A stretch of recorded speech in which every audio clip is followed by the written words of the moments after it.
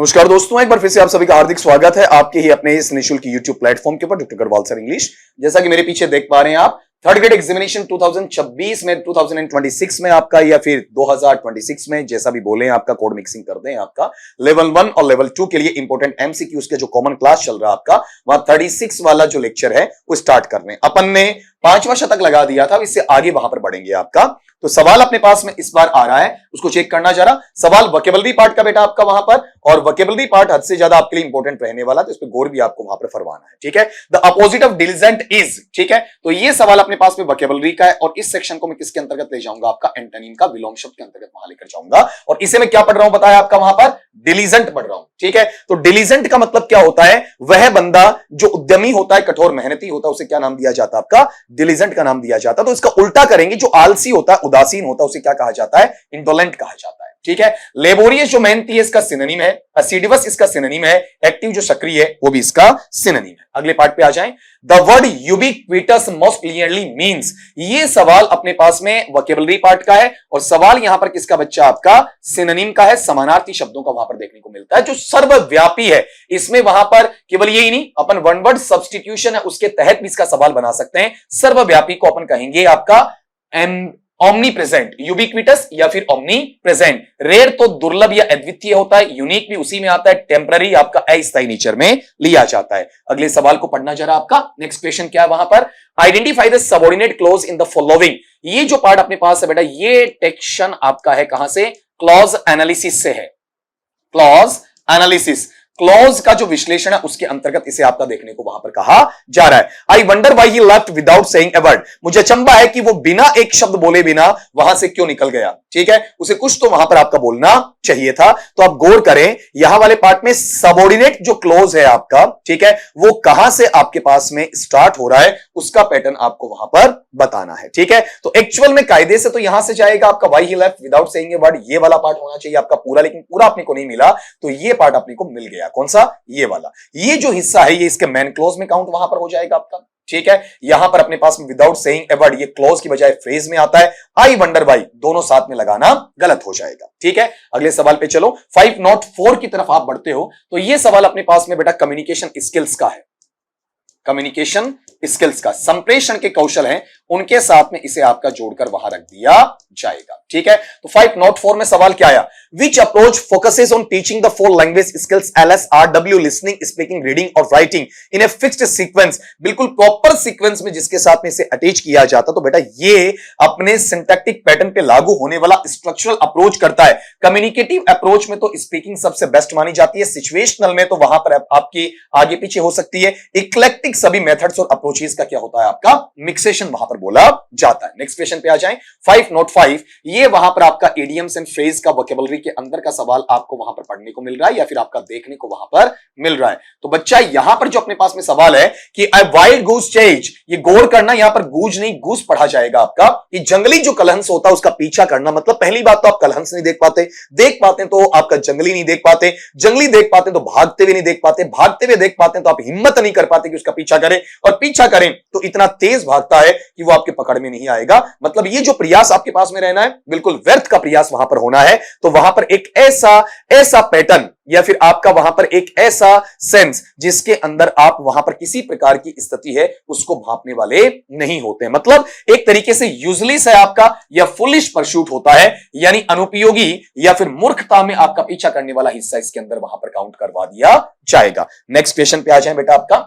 Next वाला question किसका है, द कॉन्सोनेंट साउंड ज इज ए, यहां पर ये अपना टर्म है फोनेटिक से जुड़ा हुआ है आपका, उसके साथ में यहां पर अगले ने हमें दिया है। तो ये जो जब मैं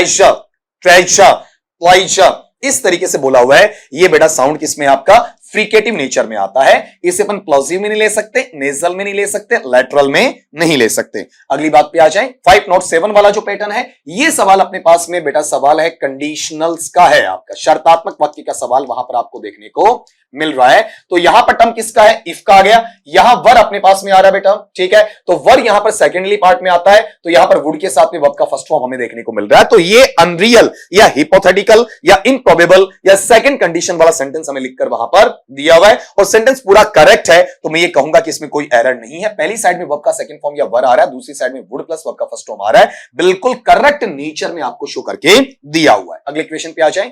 Which component of language deals with the internal structure and formation of words?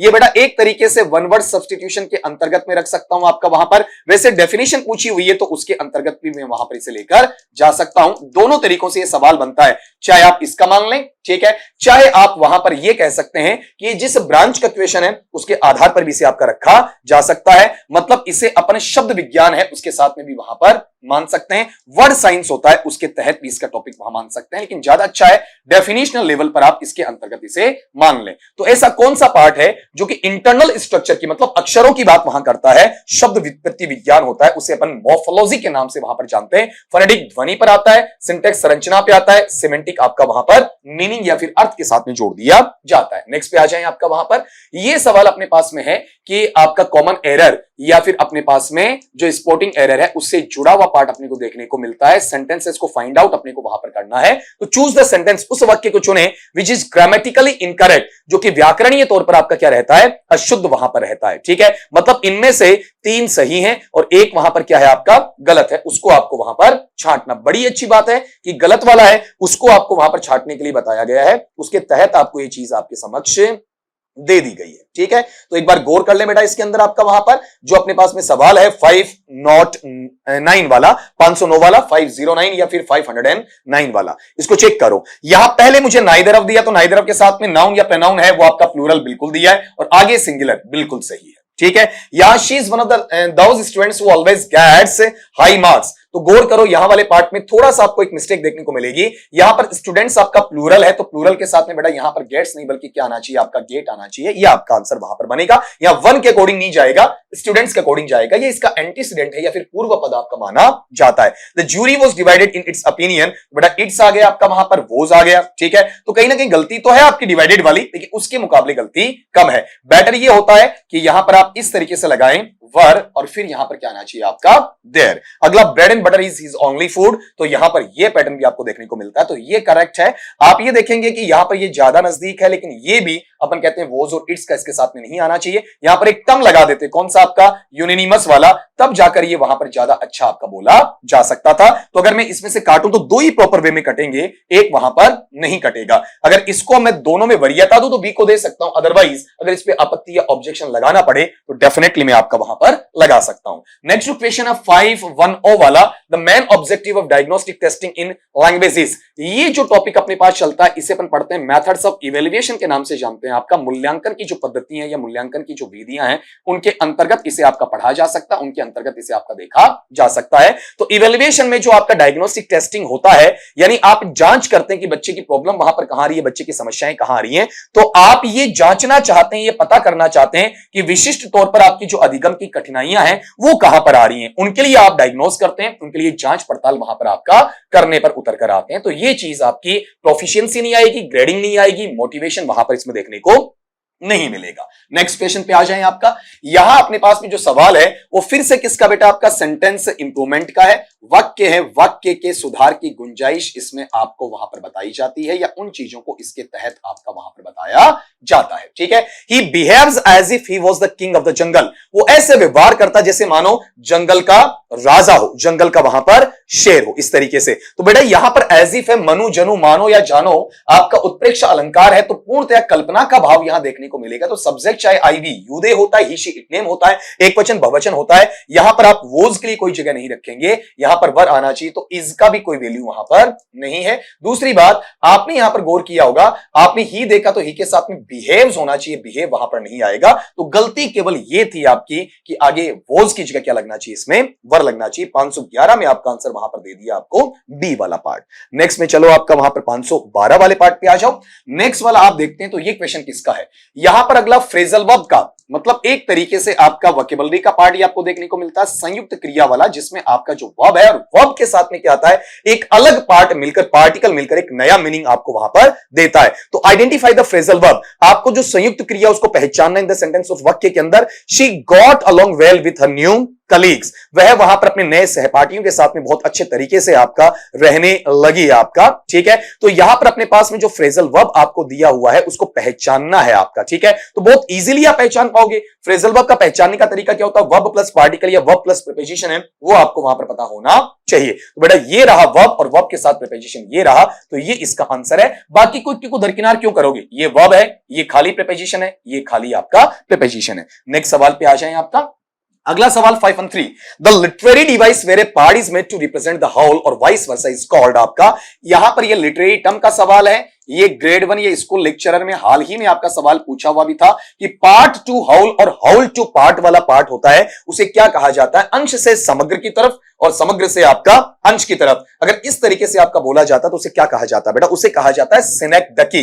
एक को वैसे पढ़ लीजिएगा, सिनेक्डकी है पार्ट टू होल या होल टू पार्ट। मेटोनिमी शब्द की जगह दूसरा शब्द आता है। एलिट्रेशन आपका ध्वनि की आवृत्ति होती है आपका, ठीक है, वहां पर वो शब्दों के शुरू में। और ऑक्सीमोरोन क्या होता है, विरोधाभास अलंकार होता है, जहां पर दो शब्द हैं नजदीकी तौर पर एक दूसरे के विलोम शब्द वहां बन जाते हैं। नेक्स्ट सवाल में आए 5-4 पे। द वर्ड फास्टिडियस मीन्स, ये बेटा अपना सवाल वोकेबलरी का पैटर्न है और वोकेबलरी के अंतर्गत यहां पर हमसे पूछा जा रहा है सिनोनिम। सिमिलर इन मीनिंग है आपका, सेम इन मीनिंग है, नियर बाई मीनिंग है, क्लोजेस्ट टू मीनिंग है, वो पैटर्न किसका है आपका, फास्टिडियस का है। तो 5-1-4 वाला पैटर्न अपन देखते हैं, जहां पर आप क्या करते हैं, फास्टिडियस वो होता है जब आप गहराई तक जाते हैं, बाल की खाल निकालते हैं आपका, ठीक है, एक एक चीज आप वहां सिलेक्शन के क्राइटेरिया के अंतर्गत वहां पर रखते हैं, उसे अपन कहते हैं फास्टिडियस। जहां पर आप paying great attention to detail, ये चीज गहराई तक ले जाते हैं, आप जल्दी से अपना मिजाज नहीं बिगाड़ते हैं, जल्दी से खुश नहीं होते हैं, आप लापरवाह वहां पर नहीं बनते हैं।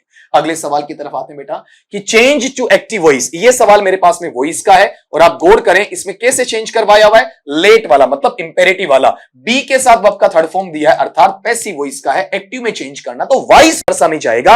और इंपेरेटिव सेंटेंस है, नेगेटिव है, तो नेगेटिव इंपेरेटिव सेंटेंस बेटा आपको पता होना चाहिए किससे स्टार्ट होता है, डू नॉट से स्टार्ट होता है। इट मींस ये दो चीजें बाहर हो जाएंगी, शट वाला और शुड वाला, और डू नॉट आ गया तो उसके साथ में लेट अप्लाई नहीं होगा, सीधा वर्ब का अलग से मैन जो फर्स्ट फॉर्म है वो लेकर आएंगे, वो शट बनेगा। शट के तीनों फॉर्म क्या होते हैं, शट शट शट, क्या बन रहा है, do not shut the door. अगले सवाल पे आओ 5-1-6 वाला question. The concept of critical period hypothesis is primarily concerned with, ये जो आपकी अवधारणा है जिसमें आप क्या करते हैं कि आलोचनात्मक स्तर पर एक नाजुक हालात या नाजुक अवधि बनती है आपकी परिकल्पना की, ये प्राथमिक तौर पर जिस सिद्धांत के साथ में आपका जुड़ा हुआ है वो कौन सा पार्ट वहां पर आपका रहेगा, ठीक है।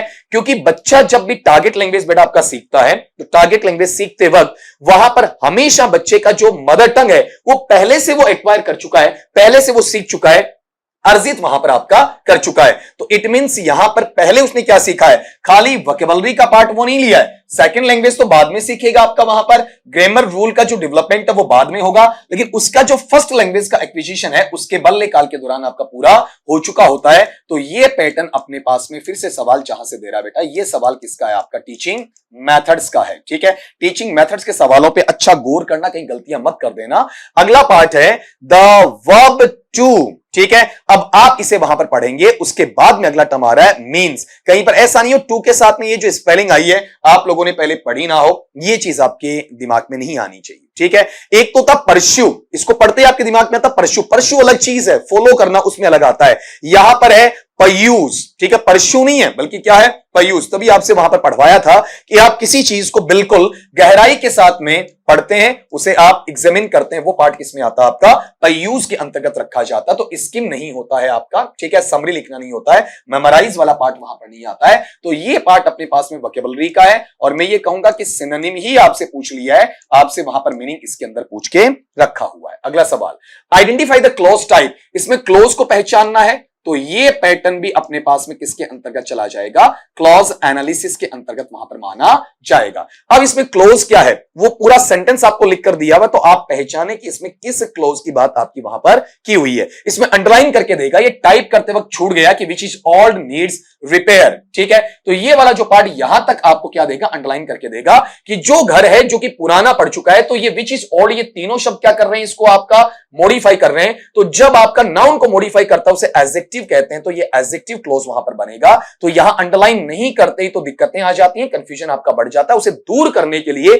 आप यहां पर सफिशियल नेचर के अंदर इसका पता कर सकते हैं, इसका आंसर वहां पर खंगाल सकते हैं। नेक्स्ट जो क्वेश्चन आपका वहां पर 519 वाला, ये क्वेश्चन बच्चा आपके पास में फोनेटिक का है, फोनेटिक ट्रांसक्रिप्शन का है, फोनोलॉजी का वहां पर दिया जाता है। इसके अंदर जो साउंड है उंग या फिर उंग, किसमें, एज इन सिंग, सिंग के अंदर, तो वो कौन सा साउंड है, इसका पैटर्न आपसे वहां पर पूछा हुआ है। या कॉन्सोनेंट या वाउल ऐसा नहीं पूछा हुआ है, जहां से ये शब्द उच्चारित वहां पर हो रहा है सिंग, उसके अंदर उंग साउंड कहां से निकल कर आ रही है, कौन से बॉडी ऑर्गन है, उसकी हेल्प वहां पर आपका कर रहे हैं। तो उंग में क्या होता है कि कहीं ना कहीं वेलर काम आता है, सबसे बड़ी चीज इसको पहचानने का ये, और थोड़ा सा नासिक ध्वनि, अनुनासिक ध्वनि काम आती है, तो इसे वेलर नेजल के रूप में पढ़ा जाएगा। ये डेंटल फ्रिकेटिव नहीं है, अल्वियोलर आपका स्टॉप नहीं है, इन चीजों को जरूर काट के आप वहां पर रख देना। ये पलेटो अल्वियोलर फ्रिकेट भी वहां पर नहीं है।